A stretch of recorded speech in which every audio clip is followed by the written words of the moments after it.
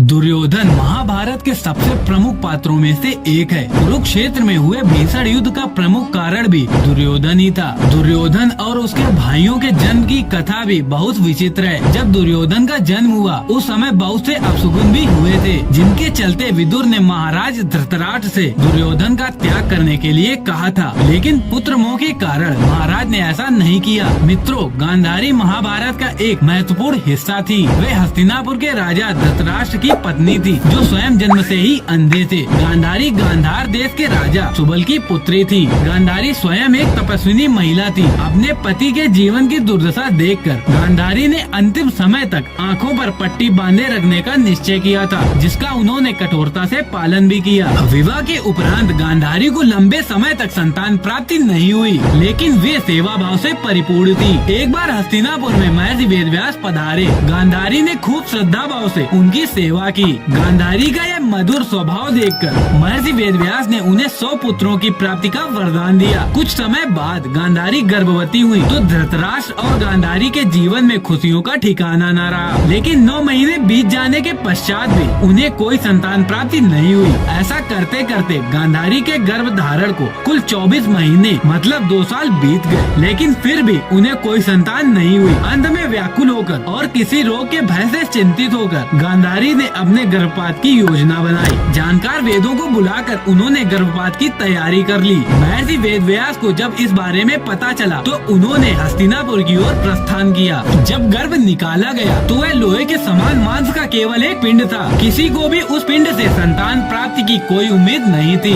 जब महर्षि वेदव्यास हस्तिनापुर पहुँचे तो उन्होंने समझाया कि 100 पुत्र प्राकृतिक तरीके से प्राप्त नहीं हो सकते, इसलिए गांधारी को अपनी सभी संतानें चमत्कारी रूप से प्राप्त होंगी। तब महर्षि वेदव्यास ने गांधारी से कहा कि तुम 101 कुंड बनवाकर उन्हें घी से भर दो और उनकी रक्षा के लिए प्रबंध करो। इसके बाद महर्षि वेदव्यास ने उस मांस पिंड पर चमत्कारी जल छिड़का। जल छिड़कते ही उस मांस पिंड के 101 टुकड़े हो गए। महर्षि ने घी से भरे 101 कुंड मंगवाए और सभी कुंडों में एक एक टुकड़ा डाल देने का सुझाव दिया। सभी कुंडों में टुकड़े डालने के बाद उन सभी को ढक दिया गया। कहा जाता है कि महर्षि वेदव्यास ने 2 वर्ष तक उन घी से भरे कुंडों को एक एकांत स्थान पर रखवा दिया। 2 वर्ष के पश्चात जब कुंडों को खोला गया तो पहले कुंड से एक पुत्र की प्राप्ति हुई, जो कौरवों में सबसे बड़ा माना गया और उसका नाम दुर्योधन रखा गया। जन्म लेते ही दुर्योधन गधे की तरह रेंकने लगा। उसकी आवाज सुनकर गधे, गीदड़, गिद्ध और कौवे भी चिल्लाने लगे। आंधी चलने लगी। कई स्थानों पर तो आग लग गई। यह देखकर विदुर ने राजा धृतराष्ट्र से कहा कि आपका यह पुत्र निश्चित ही कुल का नाश करने वाला होगा,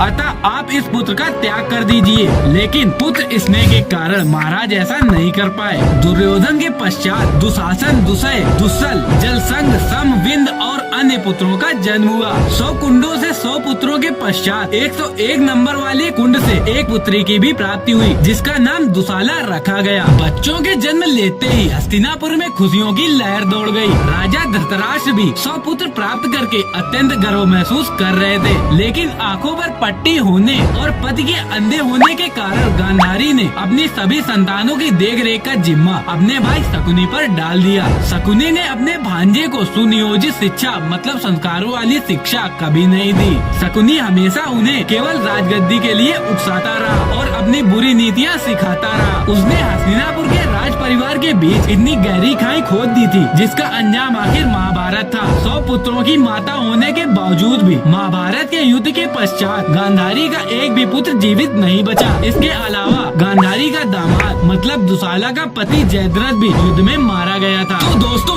यही था 100 कौरवों के जन्म लेने का राज। अगर वीडियो पसंद आई हो तो वीडियो को लाइक करें एंड ऐसे ही इंटरेस्टिंग वीडियोज के लिए चैनल को सब्सक्राइब करें। जय श्री राम।